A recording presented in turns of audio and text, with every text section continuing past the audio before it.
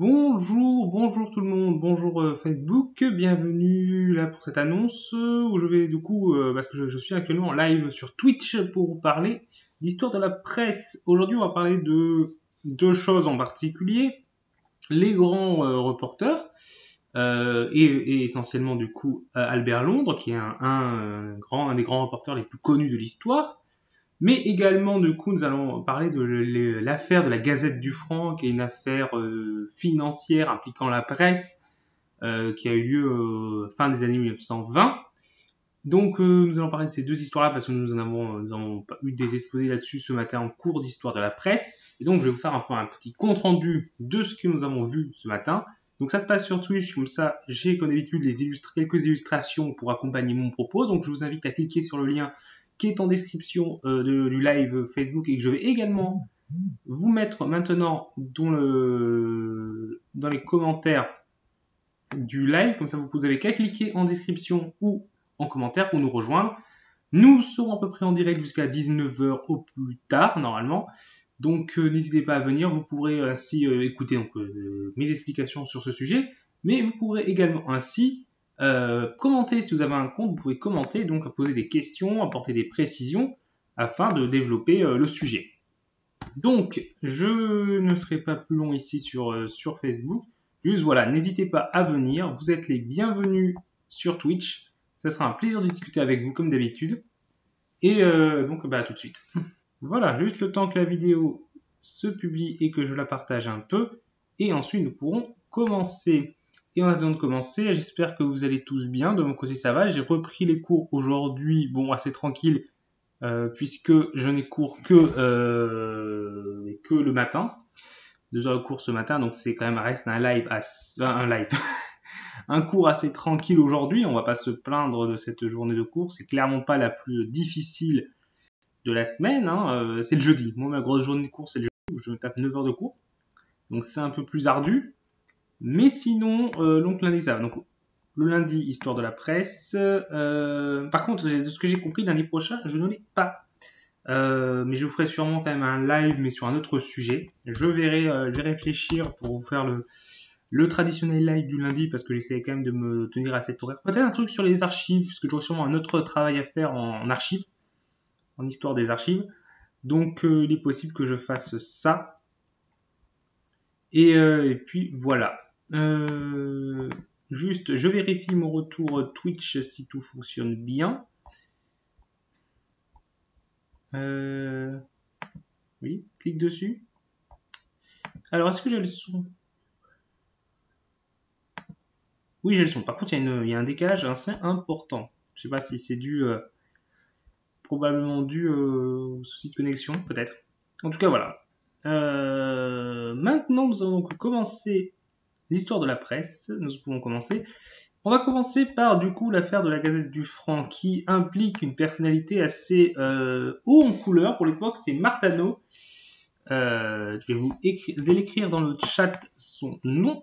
Comme ça, vous l'aurez. Vous l'aurez. Martano, une femme d'origine juive qui a été en conflit avec ses parents, sa mère surtout, qui trouvait trop autoritaire. Et elle a un peu, du coup, elle avait un comportement qui ne respectait pas les normes féminines de l'époque, genre fumer en public et s'afficher avec des femmes, y compris en ayant des relations avec des femmes. Elle a eu plusieurs relations, en tout cas, semble-t-il, avec des femmes. Donc, quelque chose qui, encore à l'époque, et même encore aujourd'hui, n'est pas toujours bien accepté partout, mais imaginez à l'époque, dans les années 1920, imaginez bien que c'était encore plus mal vu. Donc voilà, on voit une figure un peu qui à l'époque défrayait la chronique. Défrayait la chronique aussi, par exemple, elle se déguisait en homme pour participer à des réunions qui étaient autorisées qu'aux hommes. Donc ça aussi, c'était assez mal vu.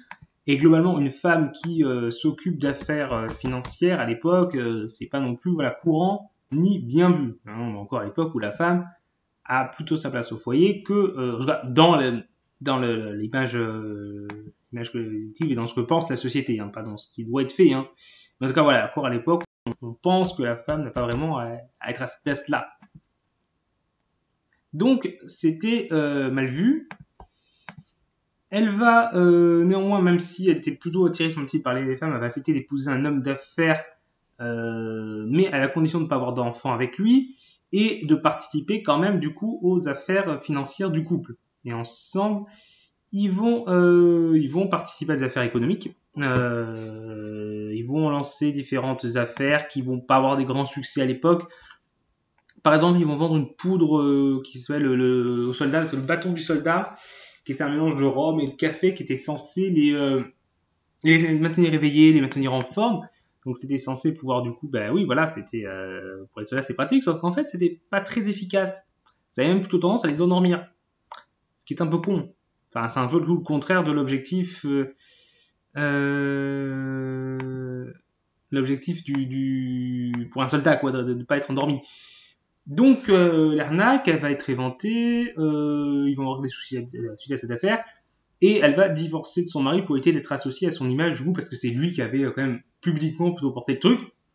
Mais ça n'empêchera pas qu'elle va s'associer avec lui à d'autres reprises à l'avenir sur d'autres affaires. Donc c'est un divorce officiel, mais pas forcément une rupture totale des collaborations en termes d'affaires. Elle va ensuite avoir d'autres affaires, elle va faire un peu fructifier une petite fortune par de la spéculation, dans une période qui est propice à cela. On est à une période où c'est les années folles, d'ailleurs elle va être surnommée la banquière des années folles, et c'est une période de reprise économique qui est propice à de telles spéculations financières. Donc, elle rencontre un certain succès, elle va s'appuyer sur son journal, du coup la Gazette du Franc qui lui appartient et qui va assurer son succès. En fait, ce journal parle d'économie, parle de placements financiers et en fait va présenter les placements financiers qui l'intéressent de manière plus positive, histoire que les gens y investissent plus et du coup entraîner une sorte de prophétie autoréalisatrice en mode c'est un bon plan d'investir là-dedans, du coup les gens investissent là-dedans, du coup les actions augmentent et voilà. Elle va être aussi un temps un peu engagée dans une association féministe, mais ça va clairement pas être son activité principale. C'est pas une militante active, clairement pas.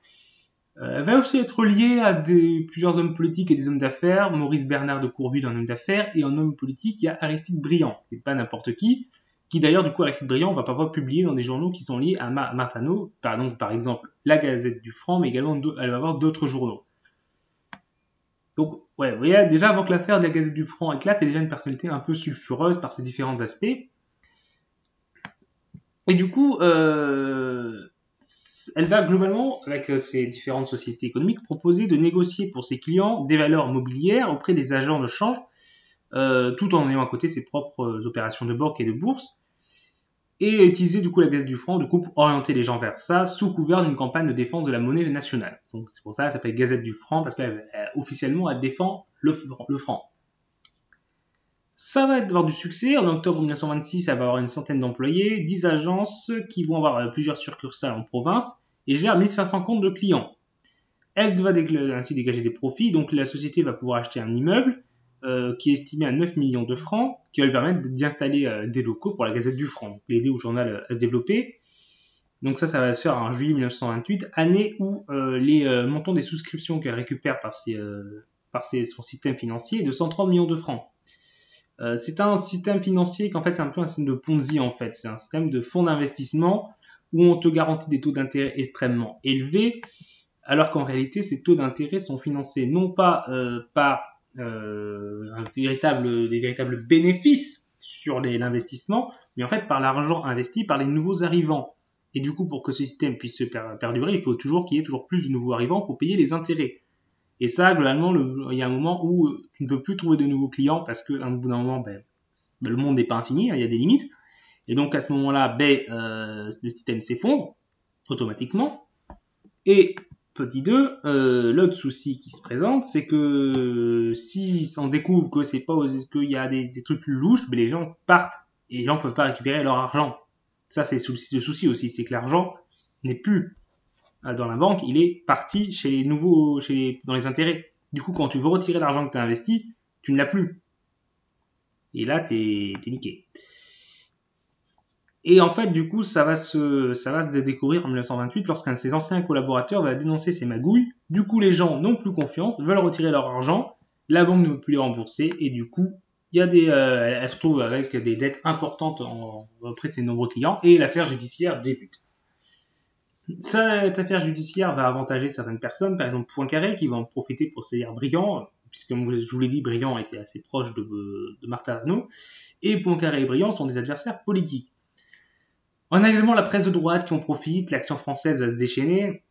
En même temps, voilà, vous imaginez une femme qui suspectée d'être lesbienne, qui est probablement du coup avec des relations avec des femmes, qui est juive, ça aussi pour l'action française, voilà, c'est ça, qui est proche d'hommes de gauche en plus, donc pour la droite, c'est vraiment du pain béni.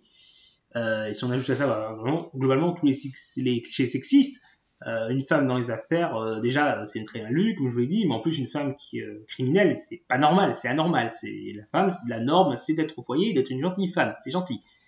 Si tu sors de ça, t'es plus dans la norme, mais voilà, c'est dégénéré en quelque sorte aux yeux de la droite. Donc, ils vont taper dessus.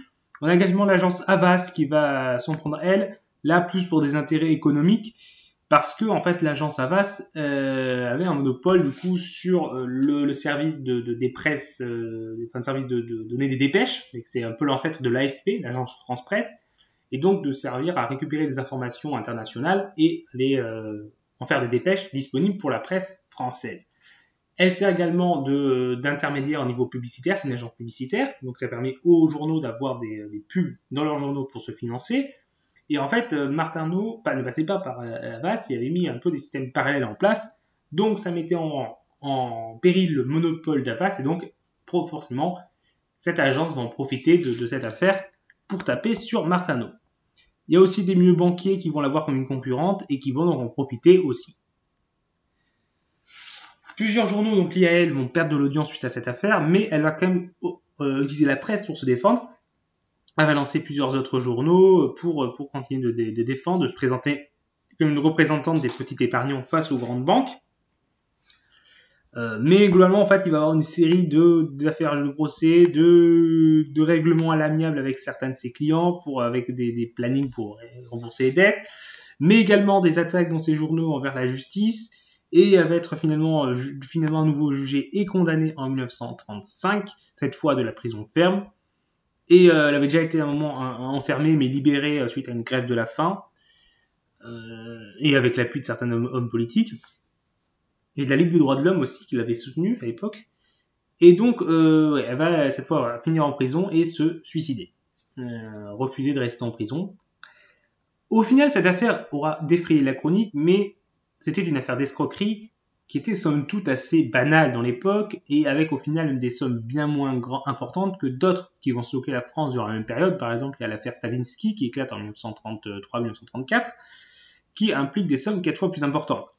Donc c'est clairement pas l'affaire la plus grave en soi qui a touché le pays.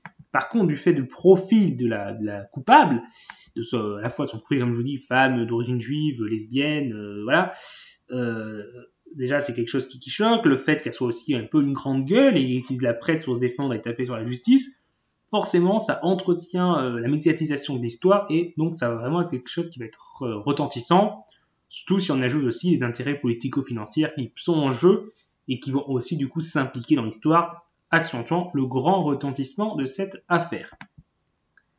Donc voilà, ça c'est un petit résumé de l'histoire. C'est une histoire qui pourrait mériter d'être traitée encore plus, et là c'est juste un compte-rendu de ce que nous avons vu, mais Martin Arnault a l'air d'être une figure qui qui faisait des magouilles financières, hein, voilà, c'est pas à dire que c'était une personne bien en soi, mais qui est en fait intéressante, en fait, c'est une figure assez originale dans la société des années 20 et des années 30, donc sûrement une figure dont je reparlerai, que ce soit en publication ou en vidéo, pour Histoire d'apprendre.